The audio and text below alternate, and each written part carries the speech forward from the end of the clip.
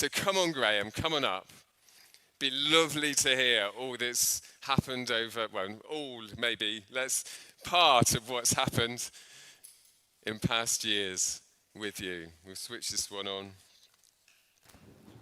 Awesome. Thank you so much. Okay. Right. I'll start at the beginning. I was born at an early age. That's the only joke you're going to hear. And my dad was in the RAF. My mother was a secretary. She was working for the co-op in one of these big rooms where you had 30, 40 people at typewriters. So that was my mum and dad. I was the middle one. I had an older sister, then me, and then a younger sister. My dad was an atheist, and my mum, I don't know. Anyway, I was baptised, christened, of course. It was Church of England, only the best there. Church of England, christened, and then later confirmed in Accrington, in St Andrews, not far from here. And I went to St Christopher's School. I went through all the things you do at St Christopher's. And I often think that sometimes religion can be an inoculation sometimes, can't it, as it's prescribed. So they give you enough faith to sort of make sure that you don't get the real thing. Okay. So anyway, I got to the age of about 11 or 12, and my dad, being an atheist, however, he was a teacher, trained for a teacher after coming out of the RAF. And he kept getting jobs in little village schools. And one of the things that the vicar of the village schools always wanted, could you play the organ? Luckily, my dad could play the organ. So there he was, atheist, playing the organ in all the schools that we went to. And even so, he became head teacher at St Peter's on Willers Lane, which has now been knocked down. But of course, we had to go to St Peter's Church because my dad was the head teacher of the school connected to the church. And he was an atheist, and he was a stand-in organist. And one day, he said, the organist said, look, I'm going to, it was Christmas Eve, I'm going to a party, I might not make it back for the midnight service on Christmas Eve. And so he said to me, Dad, would you do it for me? So my dad said, okay. So he arrived at the church for the midnight mass, because it was a very high church, and the organist was already there. So he thought, well, that's great, what do I do now? Do I go home or do I stay? So he decided to stay. And during that service, he had a vision with beautiful windows, stained glass windows at the front. He had a vision of Jesus being crucified. That changed his life from that day, okay? He became a lay reader, he became a curate, he became a vicar. And, but however, it didn't affect me, I have to say. I continued on, I was about 11 or 12 at the time, continued on at St Christopher's, got a few O-levels. Then I did 3 A-levels. I failed all 3, okay. So I thought, well, what have I got to do now? So I have no idea. There's a lot of 18-year-olds have no idea what they want to do. I ended up going to a teacher training college. I did 12 months there, still an atheist. I would say agnostic, not atheist. I always believed there was a God, but I didn't, have much connection. And so I did my 12 months teacher training, but I'd also worked on the markets in between, and I was quite keen on making money, believe it or not. So after 12 months at teacher training college, I came home, I thought, I'm not going back there, I'm going to work on the markets. So I got a van, and my mum lent me the rates money, and I had some of my own savings, and I started on market stalls. And I did okay, and I ended up, when I was about 35, I had a 3.5-acre site at Altham Industrial Estate with 30-odd thousand square foot building. I was into wholesale. And anyway, I wanted my kids to go to either St Christopher's or St Wilfrid's, but the problem was you had to go to church. And so off I go to Worley Parish Church, My wife was quite keen. She was always sort of quite keen. And we went there, and they had a stewardship campaign, and I helped with this. Don't forget, I'm an agnostic. I'm going to church. I'm taking my kids to church just with the idea of getting them into St. Wilfrid's School. And anyway, I agreed foolishly, I thought at the time, but I had no idea. I agreed to help with the youth group. The woman who ran the youth group was a Christian. And she said to me, Graham, do you think we should have a prayer at the end of the youth group? And I said, I couldn't care less, you know. I had no view on it. And one day she said to me, Graham, what do you think of Jesus? And I said, if he did exist, I think he would be a really good guy. So she turned around and she said, you need to think a little bit more about that. And so over time, I decided I needed to find out a little bit more. And one or two people it was all happening. You know, people were saying things. And I started to read John's Gospel. And my son, who was about 11 or 12 at the time, came home and told us he was a born-again Christian, and he was praying for us to be Christians, you know. So anyway, life went on. I started reading St. John's Gospel, and it became apparent to me that I got a problem. This is the problem. If Jesus was who he said he was, I got a problem. And I realized, sort of being convicted of all the silly things I'd done in my life, all the times I told lies, given a false witness.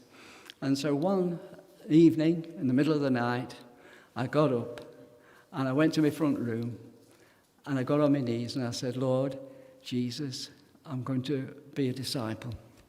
And I didn't expect anything to happen. You know, I thought, well, I'm making that decision, that's fine, you know. But I was overwhelmed with the love of God. Not just for me, but for everybody. And that changed my life, a bit like my dad. It changed my life instantly. And I got up and I couldn't believe it. And everybody could not believe the change in me because I would start talking about Jesus, you know, and people said, oh, you know, he's lost it, you know, something's happened to him, you know. And I started giving money away, which again was something I never did, you know. And then I don't know why, but NET was an organisation, an evangelical organisation I was involved with slightly. And they said, Graham, we're going to go and build an orphanage in Tanzania. And at that time, I started realizing that Christians needed to be where they're most needed.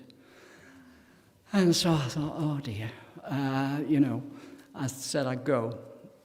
And my wife, Sheila, she said, you're crazy, you know, what are you doing? You know, I didn't marry you to do this sort of thing, to be who you are now. But I said, I need to go. And looking back, I realized that God was going to look after my wife and deal with the issues she was going through with me. I couldn't because I was on that journey. And so I went off to Tanzania. I got there. I found it the most awful place you could possibly go to, you know. It was hot, sticky, and no facilities. And there we were, supposed to be building an orphanage. And there was 12 of us who went in 1991. And I came back and I said, I will never go again. The problem was, all 12 of us said the same thing. So 2 or 3 of us realized that if we didn't go back, the whole thing was wasted. So I started going back. And I've been going now for 30-odd years, and 3 or 4 times a year, and I've got used to it now. But so many miracles happened on that journey. I'll tell you one. I'm going to tell you one because I've not got much time. I could go on forever. Anyway, when I went over there with a volunteer one day, the kids love singing. You know, wherever you went, they were singing. And the volunteer said, wouldn't it be good to get those children on a stage in England for people to hear them singing?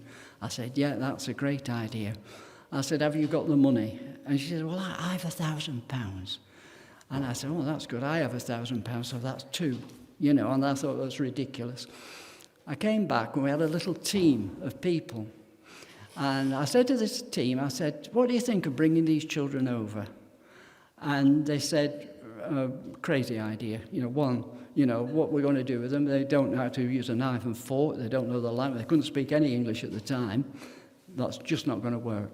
We talked about it for a while, and I said, I tell you what, we haven't got the money anyway. Why don't we just agree that if we had the money, we'd give it a try? So they all agreed. So there we are, with no money, no chance of it ever happening, but we'd agreed if we had the money, we'd have it. And then a few days later, I got a phone call from somebody who was vaguely connected with Bethany. And he was complaining. He said, Graham, the accounts aren't on the website.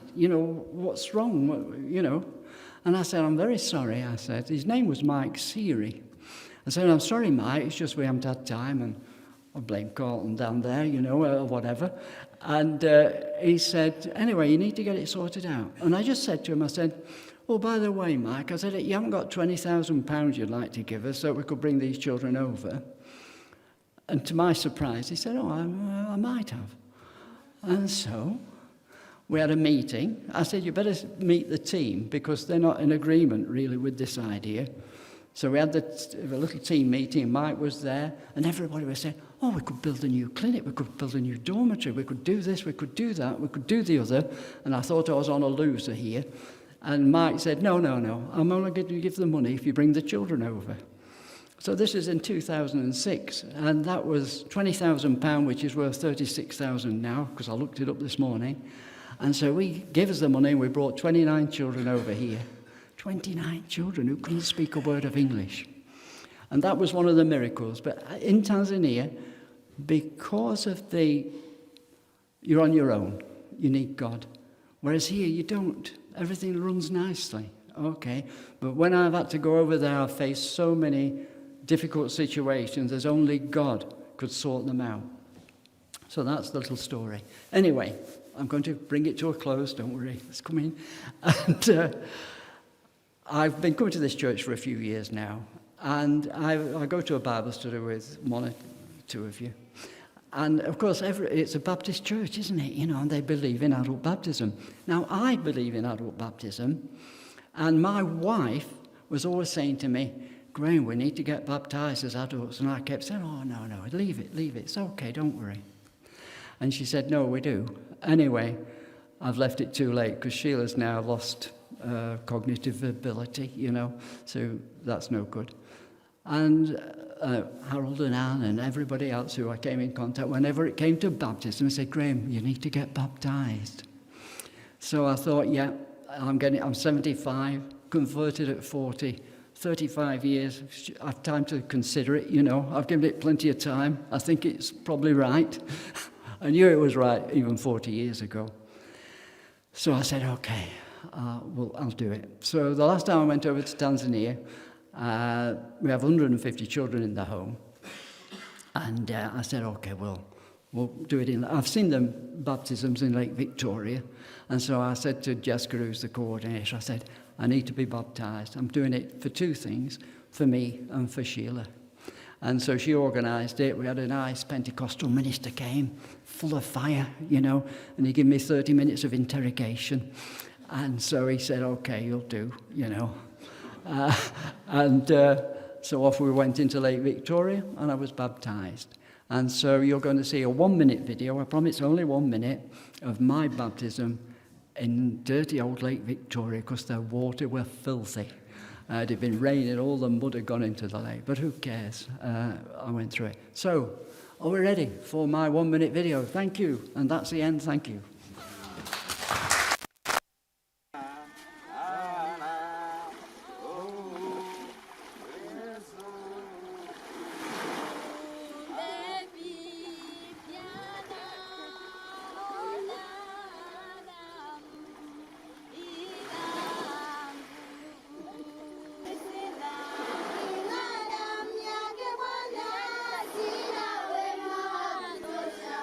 Dhambi zangu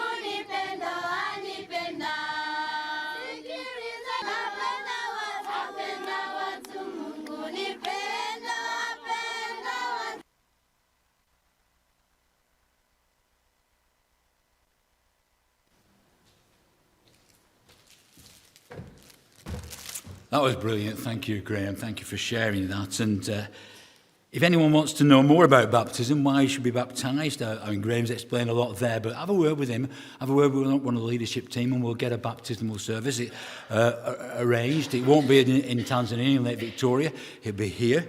But Jesus does command us to be baptised. So do have a think about it, have a pray about it, and have a chat with, like I say, Graham or one of the leaders.